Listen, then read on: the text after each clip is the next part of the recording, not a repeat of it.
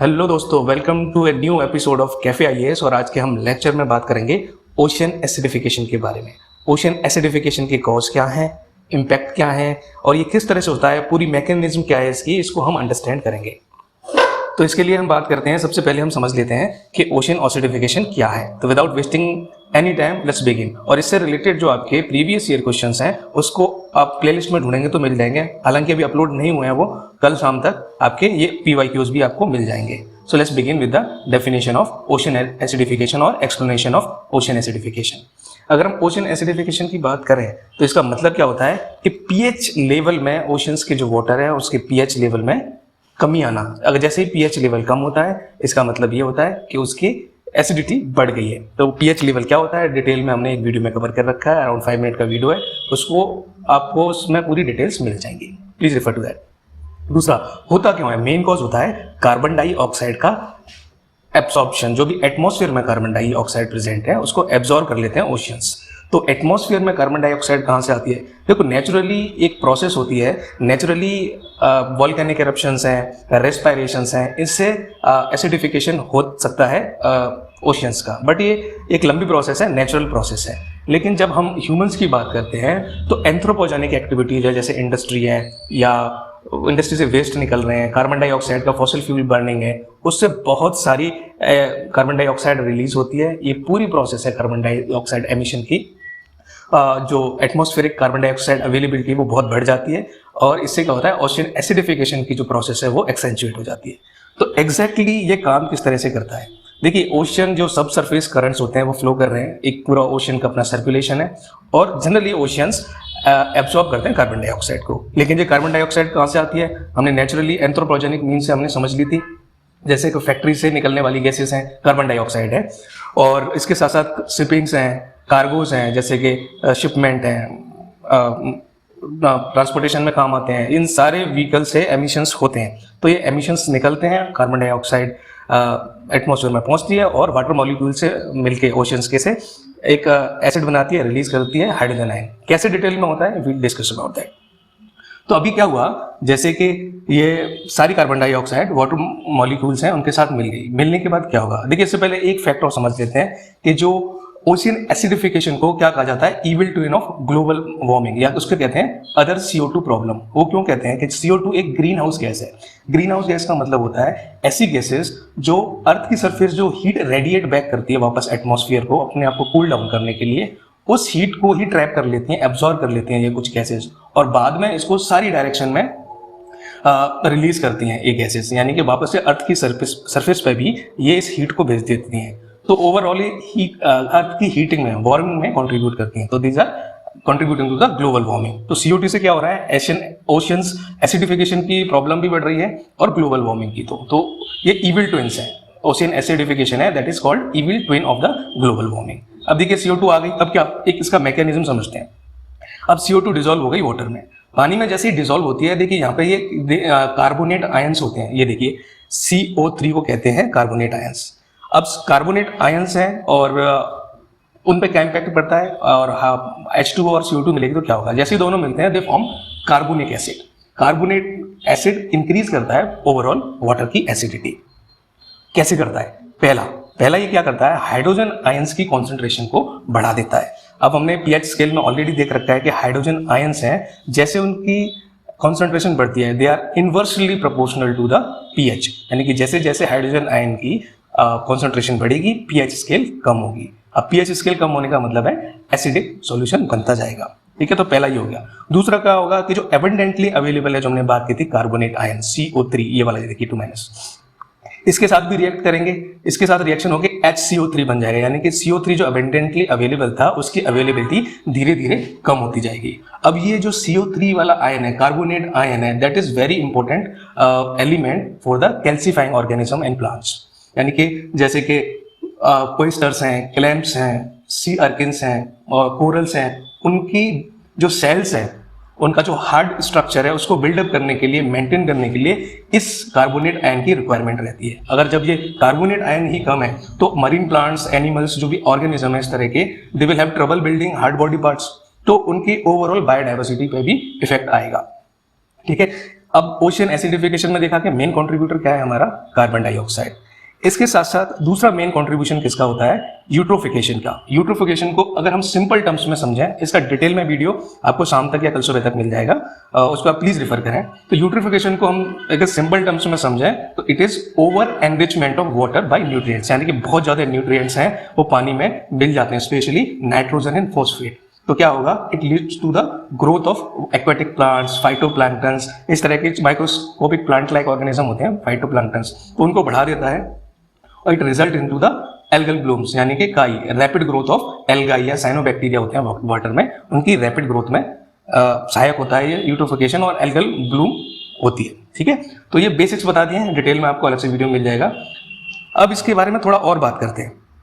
अगर ओवरऑल मैं human emissions की बात करूं तो ह्यूमन जितनी भी एमिट कर रहा है कार्बन डाइऑक्साइड प्लेनेट अर्थ पे, उसका अप्रोक्सीमेटली 1/4 यानी 1/4 से थोड़ा सा ज़्यादा परसेंट यानी 25% प्लस कार्बन डाइऑक्साइड जो रिलीज हुई है ह्यूमंस के द्वारा, उसको ओशियन एब्जॉर्ब कर लेते हैं।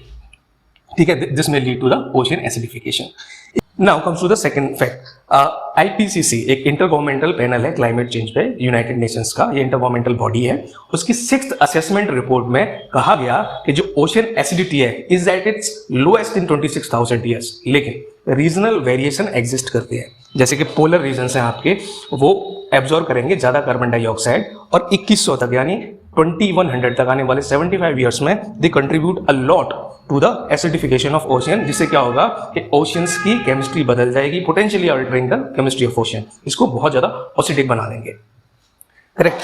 अब इसकी पीएच स्केल कम कर देंगे। पीएच स्केल के बारे में बेसिक्स यही है कि ये 0 से 14 तक की स्केल है। 7 न्यूट्रल होता है और जैसे जैसे हम लेफ्ट हैंड साइड में जाते हैं यानी 7 से कम जाते हैं तो एसिडिक सॉल्यूशन होता जाता है, और 7 से ऊपर 14 की तरफ मूव करते हैं तो वो बेसिक सॉल्यूशन बनता जाता है। ज्यादातर सब्सटेंस की रेंज होती है जो पीएच स्केल की होती है, that is from around 3.5 to 10.5। ये बहुत अच्छे से डिटेल में कवर कर रखा है, please refer to that video.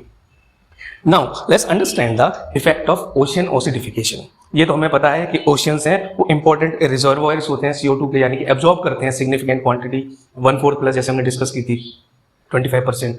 तो ये इफेक्टिवली बफर करते हैं क्लाइमेट चेंज को।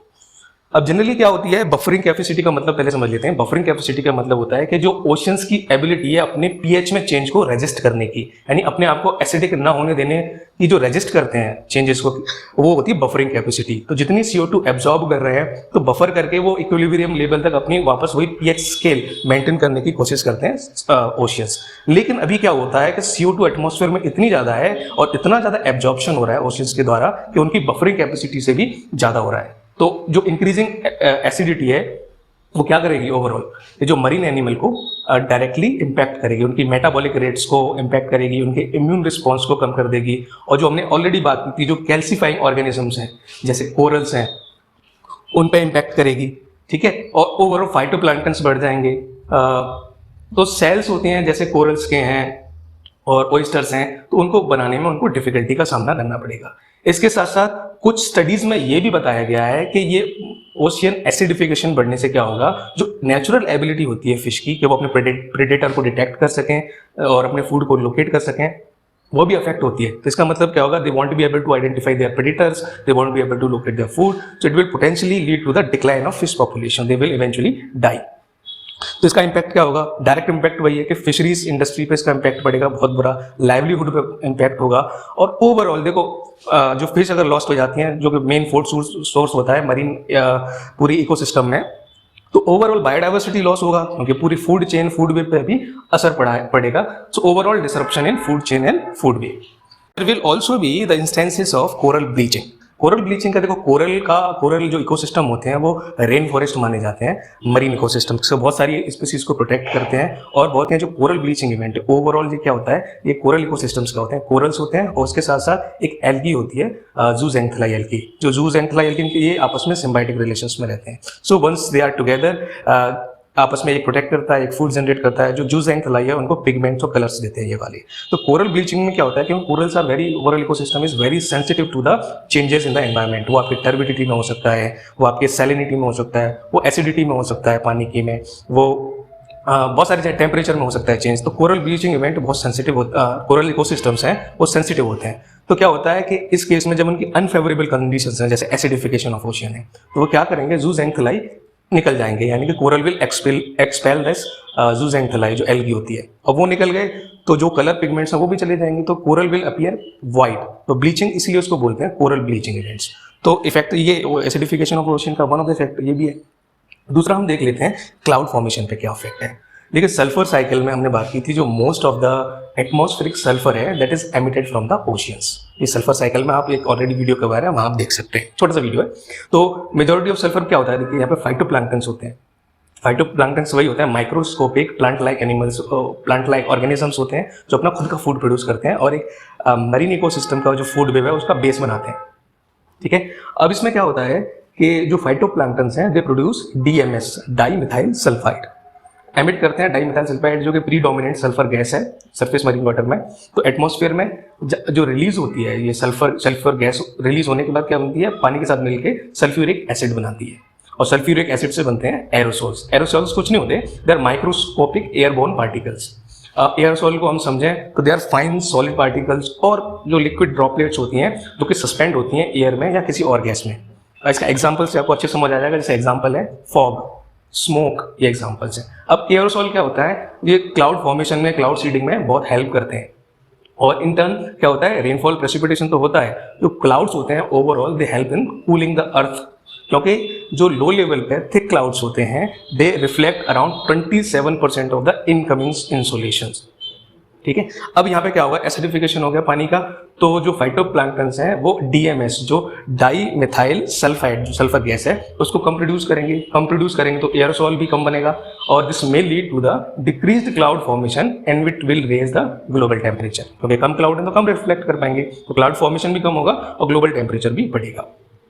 अब इसका एक ही तरीका है, मतलब एक पूरी प्रोसेस है कि हम कम से कम एमिट करें कार्बन डाइऑक्साइड, फॉसिल फ्यूल को बर्न कम करें। इसके लिए हम रिन्यूएबल सोर्सेज हैं एनर्जी के, जैसे सोलर एनर्जी है, विंड एनर्जी है, हाइड्रो इलेक्ट्रिसिटी है, उस तरह के सोर्सेज को यूज़ करें, साथ ही हम पॉल्यूशन को कंट्रोल करें। तो ये मेजर रेमेडियल मेजर्स हैं जिससे हम ocean acidification along with the global warming इनको रिड्यूस कर सकते हैं।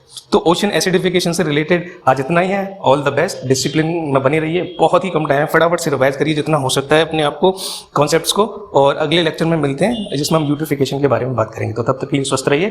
Thank you very much.